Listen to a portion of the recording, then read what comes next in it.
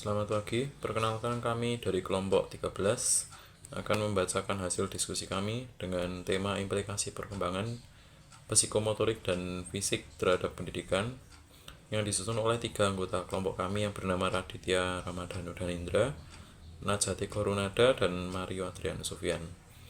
Kami berasal dari Prodi S1 Bahasa Inggris, mahasiswa Untidar. Izinkan kami menyampaikan hasil diskusi kami. Implikasi perilaku afektif, konatif, dan kepribadian. Memasuki usia sekolah menengah ada 5 kebutuhan yang mulai tampak, yaitu kebutuhan fisik, kebutuhan rasa aman, apresiasi sosial, penghargaan, dan perwujudan diri. Reaksi emosional mulai berubah-ubah, kecenderungan arah sikap mulai tampak dan menghadapi masa krisis identitas diri. Krisis identitas artinya bahwa jika kondisi psikososialnya menunjang maka akan tampak identitas positif. Sebaliknya jika tidak menunjang akan tampak identitas yang negatif. Ada beberapa masalah yang menyangkut dengan perilaku afektif, konatif, dan kepribadian, yaitu 1.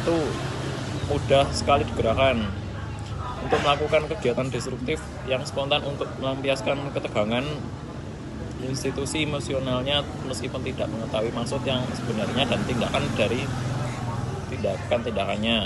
2. Ketidakmampuan menegakkan kata hatinya mengakibatkan sukar terintegrasikan dan sintesa.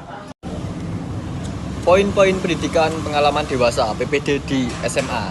1. Kontekstualisasi pembelajaran. PPD mendorong penerapan pembelajaran yang lebih relevan dengan pengalaman hidup siswa.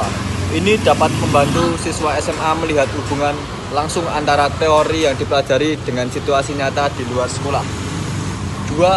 Keterampilan praktis. PPD yang memperkenalkan kegiatan atau proyek yang melibatkan keterampilan praktis yang berguna dalam kehidupan sehari-hari. Ini dapat meningkatkan keterlibatan siswa dalam motivasi belajar. 3. Metode pembelajaran aktif.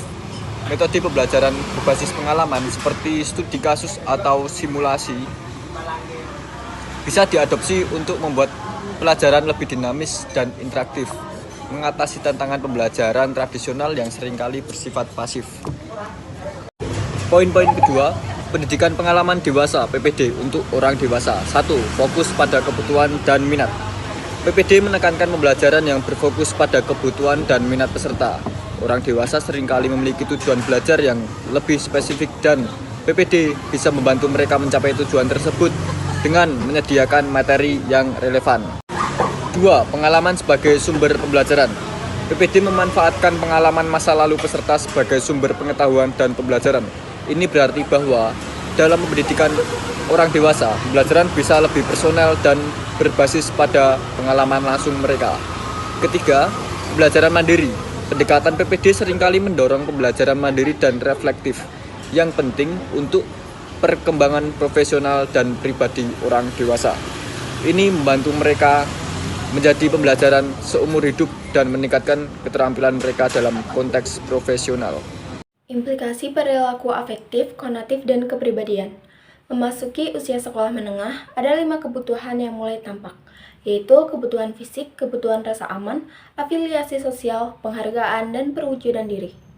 Reaksi emosional mulai berubah-ubah, kecenderungan arah sikap mulai tampak, dan menghadapi masa krisis identitas diri. Krisis identitas artinya bahwa jika kondisi psikososialnya menunjang, maka akan tampak identitas yang positif. Sebaliknya, jika tidak menunjang, akan tampak identitas yang negatif.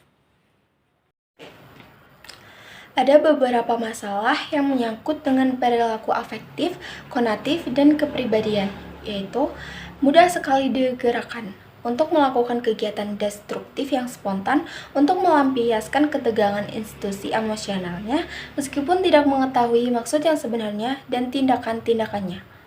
Yang kedua yaitu ketidakmampuan menegakkan kata hatinya, mengakibatkan sukar terintegrasikan dan sintesa fungsi psikofisiknya, dan berlanjut akan sukar menentukan identitas pribadinya.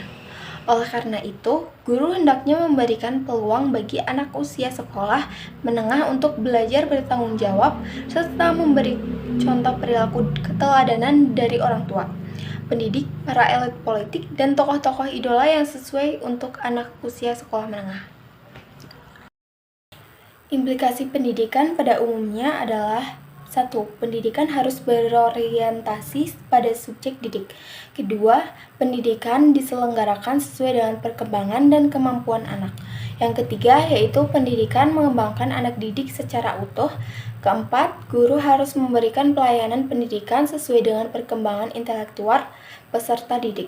Kelima, yaitu pendidikan memiliki peran penting dalam upaya meningkatkan sumber daya manusia.